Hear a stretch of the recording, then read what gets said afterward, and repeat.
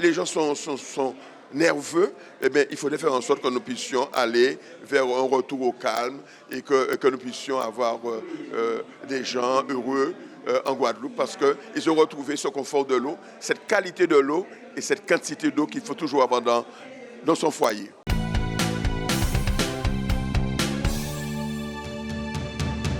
Monsieur Nelson, aujourd'hui, on peut dire un congrès positif, la région a un bon positionnement aux côtés du département.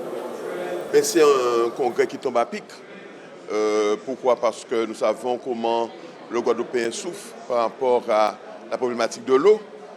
Aujourd'hui, ce sont des pères et des mères de famille, des hommes, des femmes, des jeunes, mais aussi le monde de l'entreprise, le monde économique qui souffre de ce problème d'eau.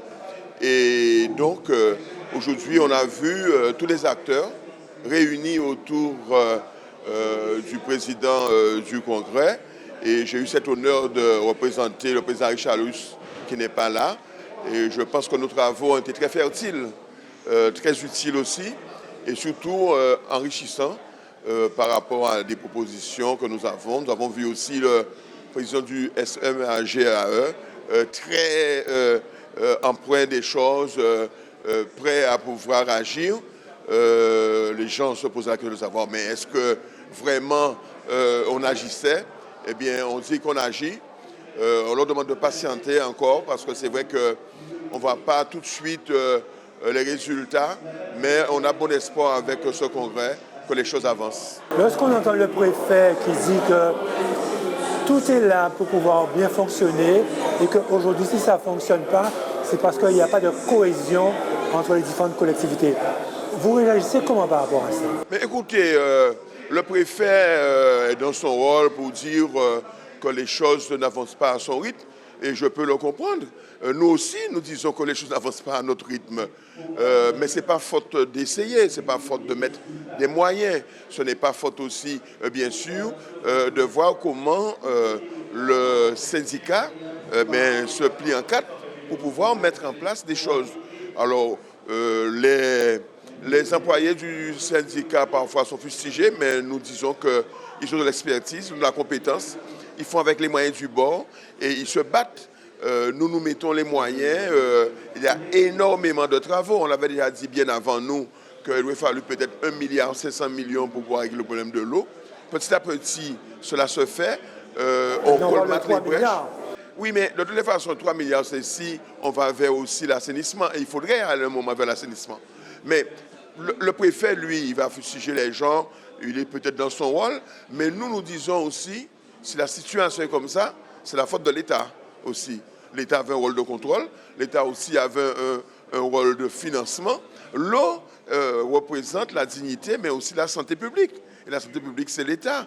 Et nous disons que de la même manière qu'il y a un taux de péréquation pour permettre que l'électricité coûte moins cher à tout individu sur le territoire français, on aurait pu considérer aussi que l'eau puisse bénéficier de ce même dispositif. Donc, le département met de l'argent, la région met beaucoup d'argent aussi, les EPCI mettent de l'argent et de plus en plus, ils investissent parce que il ne faut pas s'oublier que les EPCI avaient une situation difficile au départ. Eh bien, moi, je pense que nous, on ne doit pas regarder ce que l'État dit, on doit faire pour le Guadeloupéen, répondre à leurs préoccupations. Et puis, de toutes les façons, nous, ce qu'on attend de l'État, c'est qu'on bouleverse les procédures, qu'on puisse faire en sorte comme on l'a fait après le cyclone Hugo pour pouvoir, avec le président Mitterrand, trouver des solutions pour reloger les gens, comme on l'a fait pour la cathédrale à Paris-Notre-Dame. C'est de bouleverser les procédures, de mettre en place des moyens exceptionnels pour que nous puissions arriver à pouvoir avoir un résultat sur les travaux de l'eau et permettre aux Guadeloupéens de retrouver leur dignité, mais surtout aussi le confort de vie. Parce que je rappelle que et je me permets de dire une chose qui va peut-être vous faire sourire. Il y a un poète qui a écrit une chanson et qui décrivait la situation de ses contemporains dans des villes modernes. Il disait entre autres que j'habite dans une maison qui n'a pas de toiture, qui n'a pas de balcon et qui n'a même pas d'abeilles sur les pots de confiture et que son ami le ruisseau dormait dans des bouteilles en plastique. Mais ce qu'il avait omis de dire, c'est que dans ce pays, la France, son ami le ruisseau coulait dans les robinets, dans les canalisations pour le confort. Mais ici en Guadeloupe, eh bien, notre ami le ruisseau ne coule pas. Et comme notre ami le ruisseau ne coule pas, eh bien, nous avons des situations qui sont pénibles, surtout pour les gens qui habitent en appartement, surtout les gens qui parfois n'ont pas les moyens de circuler pour pouvoir aller acheter de l'eau, transporter de l'eau et tout ça. Et donc, on prend en compte ça. Il y a des enfants qui perdent des journées d'école et ça peut créer des échecs scolaires.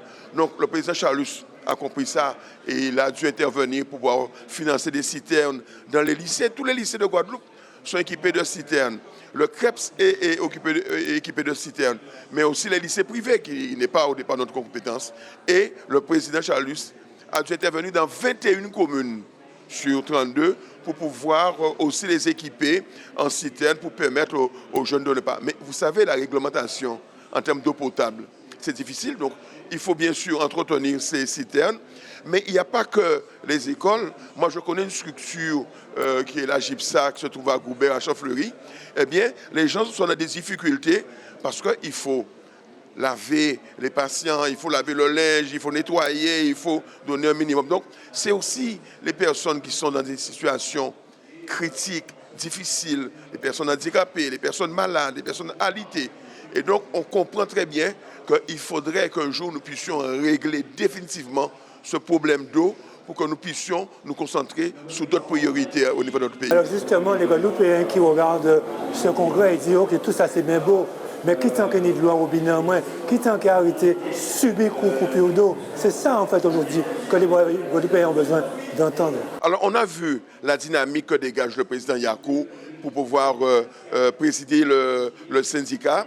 On a vu un plan pluriannuel, on a vu aussi, je dirais, un façage des travaux avec les incidences sur la consommation, mais aussi sur la distribution de l'eau. On a bon espoir que dans les 3-4 ans, beaucoup de problèmes auront pu être résorbés. Mais de toutes les façons, ce qui est important pour nous, c'est de dire que très rapidement, d'après les techniciens du syndicat, on va voir une nette amélioration au niveau des foyers des gens, au niveau des entreprises, parce qu'il y a des entreprises qui utilisent l'eau pour pouvoir travailler. Donc, on a bon espoir. Et vous savez, les gens, quand vous faites une grande messe, ils disent « Ah ouais, mais vous faites des grandes messes. » Et quand vous faites rien, ils disent « Mais ou pas jamais font bitin. » Alors, on comprend, je dirais, leur impatience à trouver de l'eau. Mais ce qui est important pour nous, c'est que nous sommes attelés à régler leurs problèmes et le président Charlus et le président Losbar et les présidents de l'EPCI et les maires ont ce souci. C'est que la population puisse avoir de l'eau dans leur robinet. Et je ne connais pas quelqu'un qui souhaiterait que les gens n'aient pas de l'eau dans leur robinet. Donc il faudrait bien comprendre ça. Et puis il y a une chose, il ne faudrait pas que les gens oublient que nous les élus, nous sommes aussi des citoyens et nous avons aussi des problèmes d'eau comme tout le monde. Donc on connaît, on vit ce problème-là. Et ce que je souhaite, c'est que la Guadeloupe puisse retrouver une situation vertueuse, tant sur la gestion du syndicat, les financements du syndicat, mais tant au niveau aussi du fait que nous puissions avoir cette eau qui n'est pas un confort, qui est quelque chose de vital pour que nous puissions vivre, mais surtout que nous puissions permettre aussi qu'il y ait, je dirais, un certain bon allant dans la population. Ça doit... comment je dirais, les gens sont nerveux, eh bien, il faudrait faire en sorte que nous puissions aller vers un retour au calme et que nous puissions avoir des gens heureux en Guadeloupe parce qu'ils ont retrouvé ce confort de l'eau, cette qualité de l'eau et cette quantité d'eau qu'il faut toujours avoir dans son foyer. Merci, monsieur. Merci.